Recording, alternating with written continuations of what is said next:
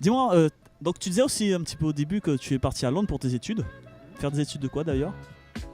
Alors, je suis déjà le départ pour l'Angleterre, ça a été un coup de tête. Hein. J'avais Ah soif ouais? d'aventure, je venais de réussir mon bac et je suis T'as pas parti encore avec. vraiment ce que tu fais, tu te dis Voilà, pourquoi pas Londres? je me suis dit pourquoi pas. Surtout qu'en fait, j'ai un ami qui est parti avant et qui m'a dit que ça se passait plutôt bien. Donc, il m'a donné une adresse et j'ai pris 2 valises et je suis parti à l'aventure. Mais paradoxalement, on s'attendait peut-être plus que tu ailles du côté des États-Unis, même vers New York quand même pour un passionné d'école. Non, j'ai jamais vraiment été attiré par les États-Unis.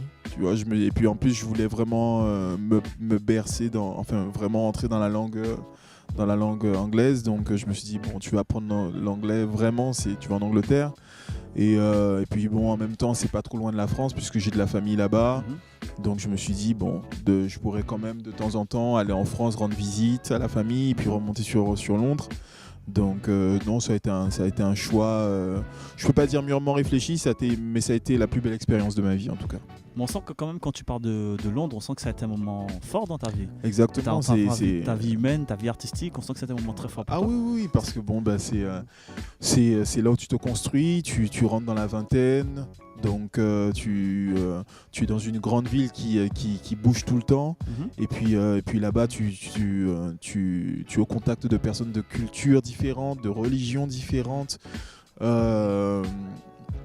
De pays, tu vois, je pouvais discuter avec quelqu'un du Nigeria, ensuite quelqu'un du Soudan, puis après quelqu'un de l'Éthiopie, et puis quelqu'un un Maghrébin. Non, mais en fait, ça a été une expérience humainement parlant très très riche, que ce soit humainement, que ce soit spirituellement, que ce soit culturellement, ça a été un bouleversement. Et après, bon, bien sûr, quand tu es là-bas, ben, tu rentabilises. Hein. J'ai fait des études, bien sûr, d'anglais et de tout ce qui était transport aérien. Et donc voilà, donc après j'ai travaillé, j'aurais pu faire ma vie hein, là-bas. Hein. Je suis venu en Guadeloupe faire des vacances et finalement je suis resté. Comme quoi t'as préféré les vacances. Mais bon. Mais même spirituellement parlant, à chaque fois qu'on évoque un peu Londres, et quand j'ai fait ma petite enquête sur toi, j'ai vu que tu disais que même spirituellement, même en termes de... C'est là que tu as trouvé presque ton identité spirituelle, même religieuse, si on peut dire ça comme ça. Alors en fait, tu sais, bon, souvent on pense que... Parce que bon, pour les gens qui ne me connaissent pas, je fais partie d'un groupe qui s'appelle Benaja, que je forme avec Fola.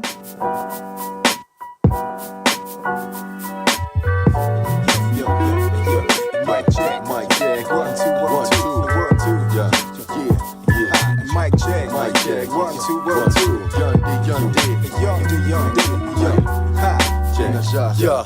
Quand je rappe, c'est du millésime 98. Microphone branché, j'articule 32 ans de vie. Aucune pression à part celle d'obéir à Jésus-Christ. Ni les M6, ni toi, ni l'industrie du disque. Ils ont voulu nous faire développer une mentalité d'assister. Mais l'éternel nous donne une mentalité de guerrier. Yeah. Café et moi, on est comme Césaire et Alicaire. On veut d'un avenir meilleur pour nos auditeurs. Message universel, ne reste pas d'écart. Derrière le mur du son, entend les battements de nos cœurs. Comme des syndicats en temps de grève, on est mobilisés. Car ce qu'on fait est rare, comme des hommes de couleur à l'Élysée. Le rap game est sûr que beaucoup vivent déguisés. Ceux qui refusent de suivre sont très peu médiatisés. Facile de vendre son âme, mais face à la corruption, tolérance zéro. Comme New York, autant de Giuliani. Je le prends, passe-le-moi, je le reprends, donne-le-moi. Yeah, on se passe le mic. Et effectivement, c'est un groupe qui est arrivé en 2003-2004 avec un style particulier puisqu'on est les premiers à faire du gospel rap aux Antilles. Sachant que c'est quelque chose qui existe depuis... C'est un mouvement très très puissant en fait aux États-Unis. Tu as des grands groupes qui s'appellent... par exemple, il y a un grand groupe qui s'appelle The Cross Movement. Et ces rappeurs-là, ils remplissent des stades, quoi, tu vois. Donc quand Fola et moi on a commencé... c'était quelque chose de normal pour nous, mais de très étonnant ici. Mais pourquoi ? Bon, en fait, ce qui se passe, c'est que quand je parle comme ça, quand les gens qui m'ont connu dans Benaja pensent que je suis un enfant d'église, pas du tout, tu vois. J'ai pas grandi dans une famille chrétienne, j'ai pas grandi à l'église, etc. C'est vraiment une expérience personnelle, une rencontre personnelle que j'ai fait que j'ai vécu en 2002, tu vois. Et justement, ce cheminement de vie m'a amené à être hébergé dans une famille, dans une maison de frères, en fait, entre 2001 et 2002. Soit c'était la rue ou soit la maison des frères.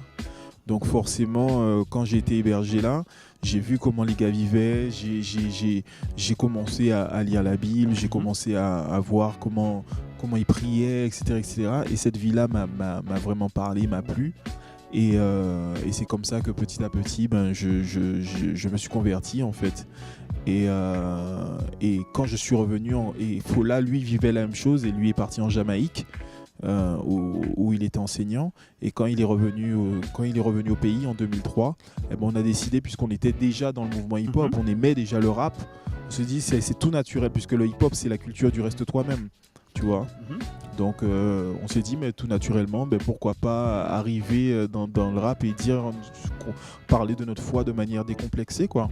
Et c'est comme ça que Benaja est né, et voilà. Mais justement, pourquoi Benaja? Est-ce que c'est par rapport à ce fameux fils de prêtre, ce chef d'armée, que vous êtes appelé Benaja, ou il y a une autre signification derrière? Alors, Benaja veut dire homme restauré par l'Éternel, tu vois, parce que c'est vraiment ce qu'on a vécu en fait. C'est-à-dire qu'on était arrivé à une étape de vie, et Dieu nous a renouvelés pour faire autre chose.